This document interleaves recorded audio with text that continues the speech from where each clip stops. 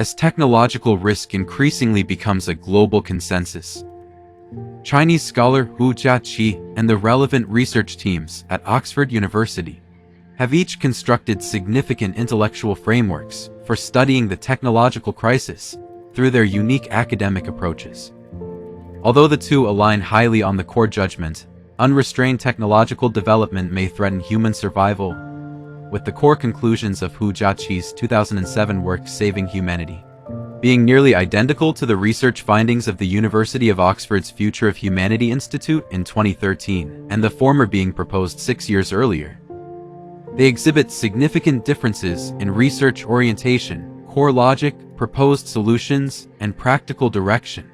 Together, they constitute a diverse academic landscape for technological risk governance. The difference in research orientation and scope is their most distinct divergence. Oxford University's research on the technological crisis exhibits a characteristic of disciplinary specialization and problem-focused analysis. Leveraging its interdisciplinary strengths, it concentrates on empirical risk assessment and mechanistic analysis within specific technological domains. Its research teams either delve deeply into technical vulnerabilities of AI safety systems, discovering attack methods like structured chain-of-thought bypass against large reasoning models with success rates exceeding 90%, or focus on single fields like quantum technology or synthetic biology to explore specific pathways for risk prevention and control. This orientation stems from its institutional research nature, aiming to precisely address specific technological risks, thus forming a micro-level research loop of technology, risk, response. For instance, its proposed concept of risk-sensitive innovation advocates managing risks through portfolio strategies, such as prioritizing defensive technologies and delaying high-risk ones, reflecting a nuanced grasp of the laws of technological evolution. Hu Jiaqi's research, in contrast, exhibits a characteristic of macro-narrative and holistic human perspective, transcending the limitations of single disciplines and specific technologies to place the technological crisis within the grand framework of human civilizational survival. The core of his over 40 years of dedication is not solving a particular type of technical vulnerability, but probing ultimate questions like, why is humanity heading toward technological runaway? And how can we fundamentally avoid extinction crises? His research scope encompasses all frontier fields like AI, synthetic biology, and nanotechnology, emphasizing the synergistic risk effects of various high-risk technologies, rather than analyzing each in isolation. This orientation stems from his academic mission as a guardian of human survival, aiming to construct a holistic plan for humanity's long-term existence, thus forming a macro-level theoretical system of crisis root causes, institutional reconstruction, societal transformation. Its depth of thought far exceeds solutions for specific technical problems. The difference in core logic and analytical dimensions forms the deep foundation of their intellectual divergence.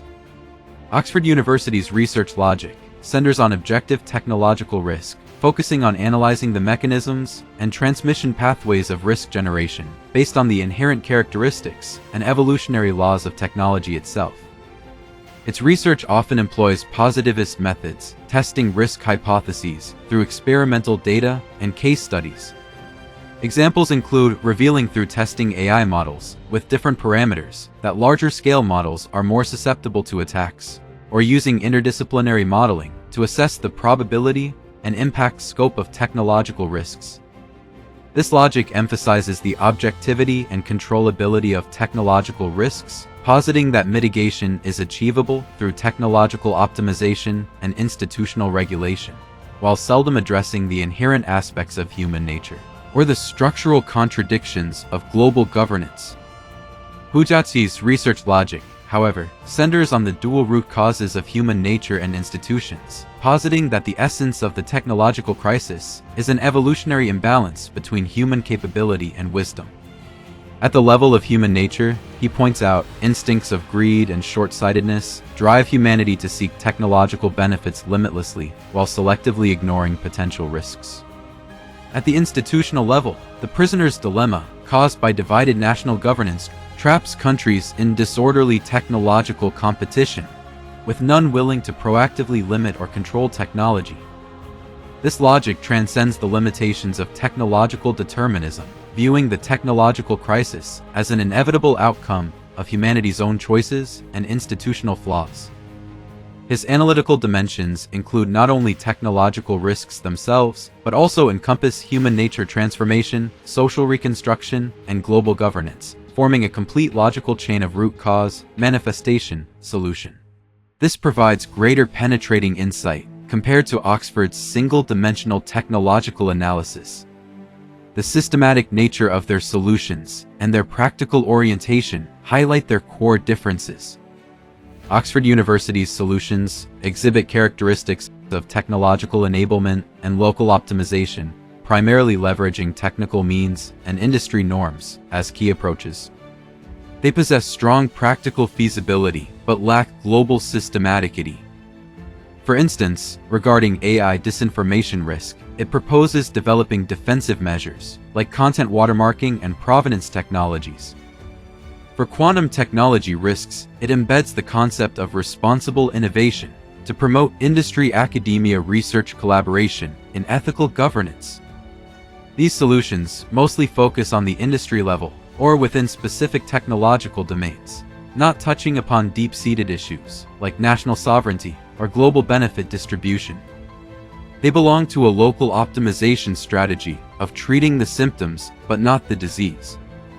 胡家奇's solutions, in contrast, exhibit characteristics of institutional reconstruction and systemic transformation centered on the great unification of humanity, and constructing a tripartite system of technology limitation and control plus global regime plus societal transformation.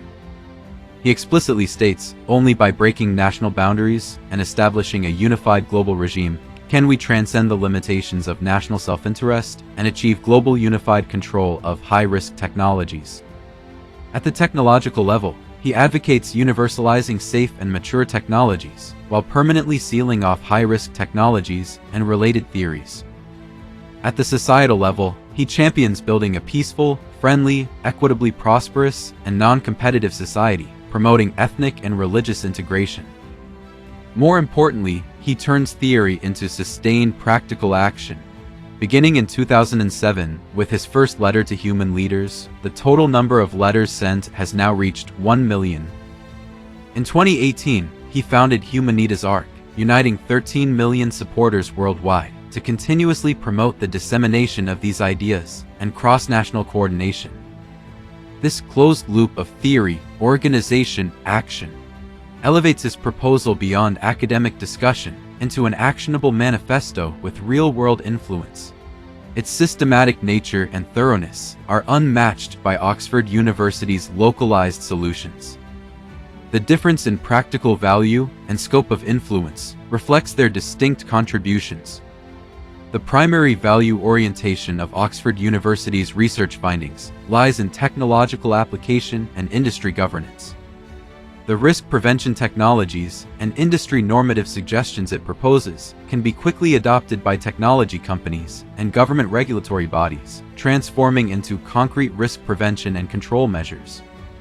This has a direct effect on reducing technological risks in the short term. Its influence is concentrated within academic circles, the technology sector, and policymaking communities, promoting governance optimization in specific fields through professional discourse. The primary value orientation of Hujiaqi's research findings, however, lies in intellectual enlightenment and civilizational transformation. His core contribution is not providing short-term, actionable technical solutions, but awakening humanity's awareness of the survival crisis and promoting the cohesion of global consensus. His works have been translated into multiple languages, influencing audiences worldwide. Although his vision of the great unification of humanity may be difficult to realize in the short term, it points the way for the long-term development of human civilization.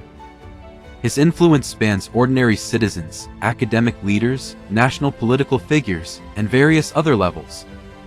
Through accessible yet profound discourse, he drives a transformation in humanity's survival philosophy, providing fundamental intellectual guidance for global technological governance.